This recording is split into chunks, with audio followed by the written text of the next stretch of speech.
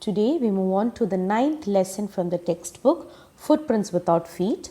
The lesson is titled Bholi by K.A. Abbas. K.A. Abbas or Khwaja Ahmad Abbas was an Indian film director, screenwriter, novelist and a journalist in the Urdu, Hindi and English languages.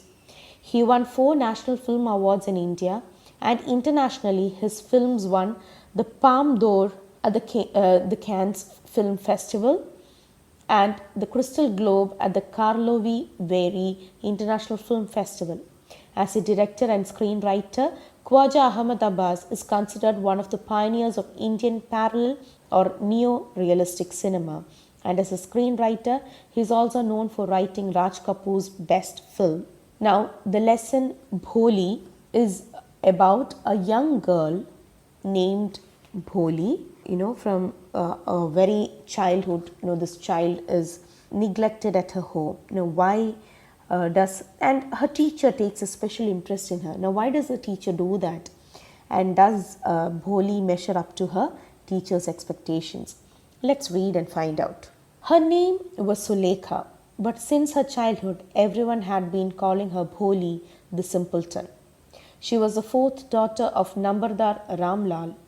When she was 10 months old, she had fallen off the cot on her head and perhaps it had damaged some part of her brain. That was why she remained a backward child and came to be known as Bholi, the simpleton. So the narrator describes the girl named Sulekha. She was the 4th daughter of the Nambardar or the landlord Ramlal. Nambardar means landlord and Sulekha was addressed or called as Bholi since her childhood. She was called so because she was a slow learner and she was a simpleton. And all this happened because she had fallen on her head from a narrow bed. Cot means bed. And when she was just 10 months old. So this led to a damage of some part of her brain, making her a slow learner. At birth, the child was very fair and pretty, but when she was 2 years old, she had an attack of smallpox. Only the eyes were saved, but the entire body was permanently disfigured by deep black pock marks. Little Sulekha could not speak till she was 5, and when at last she learned to speak, she stammered. The other children often made fun of her and mimicked her.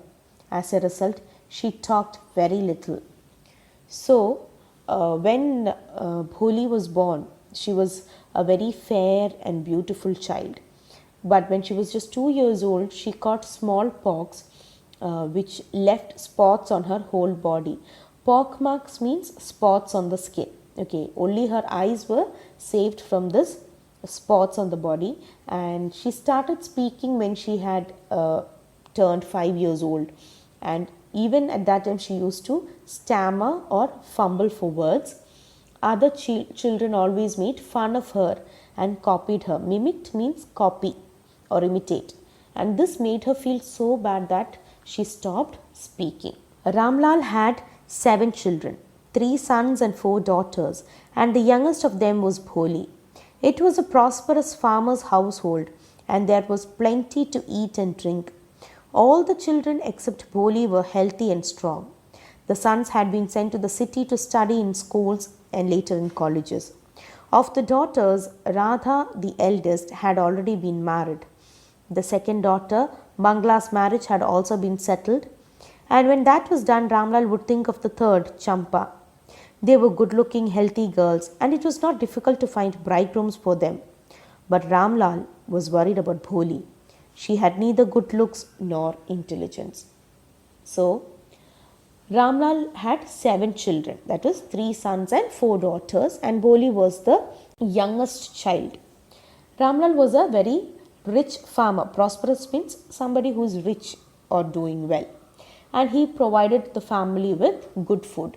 So all the children were healthy and strong except Bholi.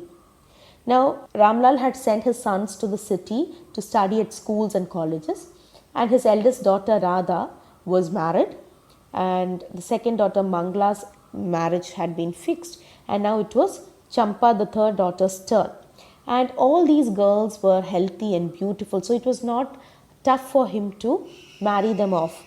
Now the main concern for Ramlal was Bholi, because she was neither beautiful nor intelligent, so it was not an easy thing for him to find a bridegroom for her. Bholi was 7 years old when Mangla was married. The same year, a primary school for girls was opened in their village. The Tehsildar Sahib came to perform its opening ceremony. He said to Ramlal, "As a revenue official, you are the representative of the government in the village, and so you must set an example to the villagers. You must send your daughters to school." So, Bholi was, when she was 7 years old, her elder sister or her second sister Mangla got married, and that same year a primary school for girls was opened in the school.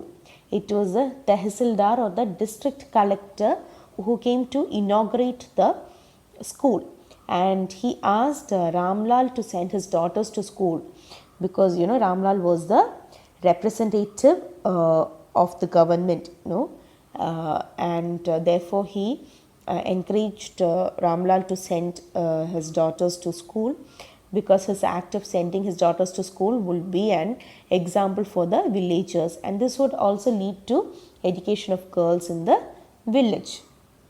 That night, when Ramlal consulted his wife, she cried, "Are you crazy? If girls go to school, who will marry them?" But Ramlal had not the courage to disobey the Tehsildar. At last his wife said, "I'll tell you what to do. Send Bholi to school. As it is, there is little chance of her getting married with her ugly face and lack of sense. Let the teachers at school worry about her." So, after listening to the Tehsildar, Ramlal discussed the matter with his wife, and she at once rejected it by saying that it will be difficult for them to marry their educated daughters. So Ramlal was now double-minded, because he did not want to disobey the Tehsildar, and on the other hand his wife was also right, because educated girls means it will be difficult for them to find a groom for their daughters.